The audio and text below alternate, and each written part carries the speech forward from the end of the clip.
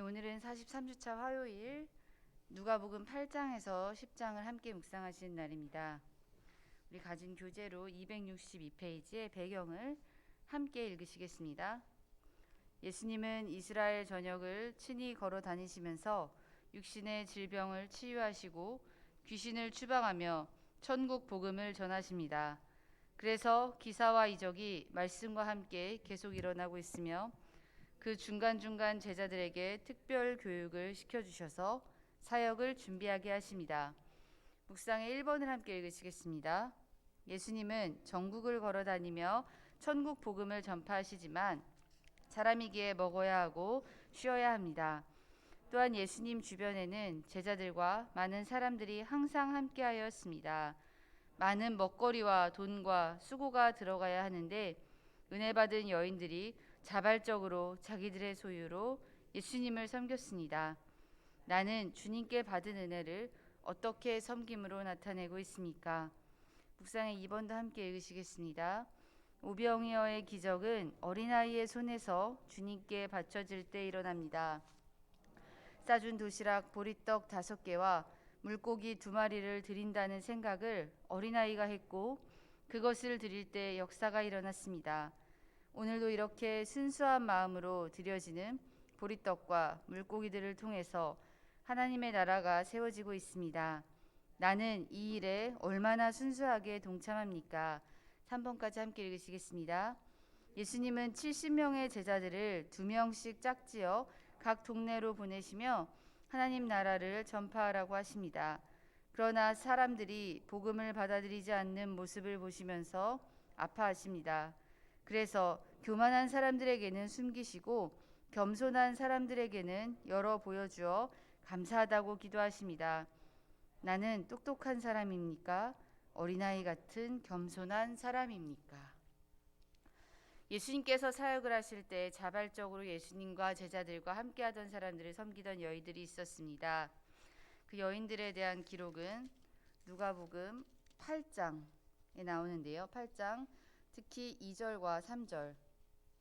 악귀를 쫓아 여신과 병고침을 받은 어떤 여자들 곧 7귀신이 나간 자 막달라인이라 하는 마리아와 유명한 막달라 마리아죠. 헤롯의 청지기 구사의 아내 요한나와 수산나와 다른 여러 여자가 함께하여 자기들의 소유로 그들을 섬기더라. 7귀신에서 노임을 받은 막달라 마리아와 요한나와 수산나, 관리의 아내였습니다. 요한나는 특히 관리, 헤롯의 청지기, 즉 헤롯의 여러 재산을 관리하는 굉장히 높은 지위에 관직을 가졌던 사람의 아내였습니다. 그녀들이 함께했다는 것 자체가 기적입니다. 예수님의 사역 앞에서 또 봉사와 섬김 앞에서 신분과 지위와 또 과거도 그 어느 것도 문제되지 않고 자신의 과거가 아무리 귀신 들렸던 여인이었지만 이 여인들 안에서는 서로를 받아주고 또 함께 예수님의 사역에 동참하였습니다. 은혜 받은 자의 모습은 이처럼 신분도 과거도 또 서로의 그 어떤 민족의 정체성도 뛰어넘게 하는 사랑과 관용과 섬김이 일어나게 됩니다. 이런 것들이 오늘날의 교회 안에서도 이루어져야 됩니다. 어떠한 차별이나 그런 것도 없이 함께 사랑하는 마음으로 예수님의 사역에 동참하는 것이 진정한 섬김의 모습일 줄 믿습니다. 오늘은 9장과 10장에 여러 가지 기적이 나옵니다. 예수님의 사역의 어떤 이 절정에 해당하는 부분인데요. 이 수많은 기적 속에 아주 깨알같이 등장하는 사건이 있습니다. 바로 어린아이 이야기가 나옵니다. 9장에는 오병이어의 기적 이야기가 나오는데요. 누가복음에는 직접적으로 한 어린아이가 도시락을 드렸다라는 기록이 직접적으로 나와 있지는 않으나 마태복음, 마가복음을 읽다 보면은 한 어린아이가 물고기 2마리와 보리떡 5개를 하나님께 드리죠. 그때의 물고기는 고등어처럼 큰 물고기가 아니라 정말 작은 물고기고 보리떡도 어린아이가 먹을 사이즈인 굉장히 작은 도시락이었습니다. 그러나 이 이름도 기록되어 있지 않은 이 어린아이의 헌신으로 2만 명 전후에 아주 많은 사람들이 배를 채우고도 남았습니다. 또 8장에는 여인들의 헌신의 이야기를 방금 나눠드렸고요. 또한 오늘 9장의 기적에 보면은 하나님께서 회당장 야이로의 딸 정말로 지금은 안 그렇지만 예전에는 이 아들과 딸에 대한 구분이 또 심했던 시절, 또 어린 딸, 야이로에게는 굉장히 귀한 딸이었지만 당시로서는 어린아이는 부모의 소유였고 많은 대접을 받지 못하던 자였습니다. 또한 그 야이로의 딸을 구하러 가던 길에 예수님이 한 명을 더 고치시는 기적이 일어나는데요. 바로 12의 혈루증 앓던 여인입니다. 이처럼 9장과 10장을 묵상을 하시다 보면 예수님께서 굵직한 사건을, 기적을, 또 베드로의 신앙 고백과 예수님의 죽음과 부활을 예고하는 정말로 중요한 기적들이 많이 나오는 가운데에 작은 사람들의 헌신과 작은 사람들의 기적이 기록되어 있음을 알 수 있습니다. 근데 그 가운데 또한 굉장히 이런 일이 일어나지 않을 것 같은데 일어났네 라는 말씀이 오늘 저희가 함께 읽었던 9장의 46에서 48절의 말씀입니다. 이렇게 정말 어마어마한 기적이 일어나고 죽은 여자아이가 다시 살아나고 오병이어의 기적이 일어나는 이 기적의 한가운데 제자들이 바로 싸우고 있는 것이지요. 제자 중에서 누가 크냐 하는 변론이 일어났습니다. 아마 이것은 예수님께서 몇몇 사건에서 특정 제자들을 데리고 가신 것이 그 이유 중 하나가 될 수 있다고 합니다.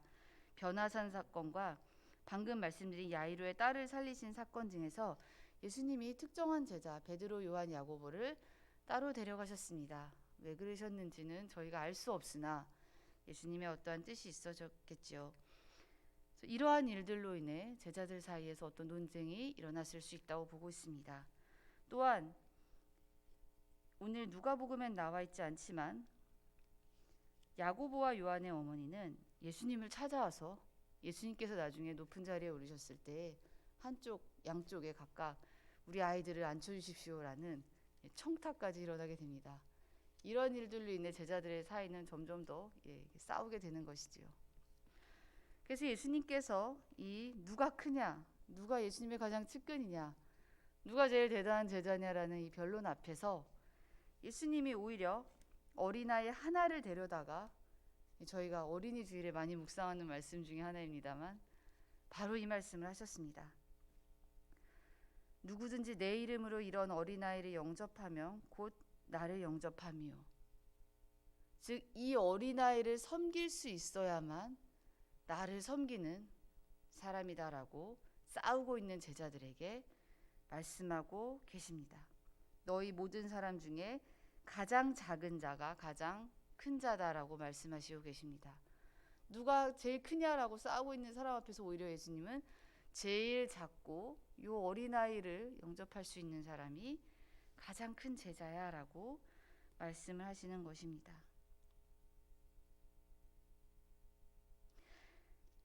어린아이는 당시 숫자에도 들지 않고 어른의 의지에 살아가는 가장 나약한 아이였습니다.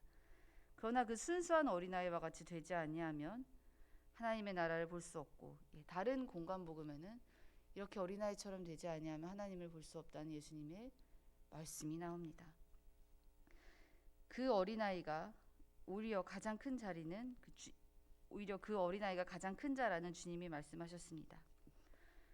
또한 예수님은 10장 21절에서 교만한 자에게는 하나님 나라의 비밀을 감추시고 어린아이 같은 자들에게 비밀을 열어 보여주신다 하셨습니다. 누가복음 10장에 21절을 함께 읽으시겠습니다. 누가복음 10장의 21절입니다. 함께 읽으시겠습니다. 그때 예수께서 성령으로 기뻐하시며 이르시되 천지의 주제이신 아버지여 이것을 지혜롭고 슬기 있는 자들에게는 숨기시고 어린아이들에게는 나타내심을 감사하나이다. 옳소이다. 이렇게 된 것이 아버지의 뜻이니이다.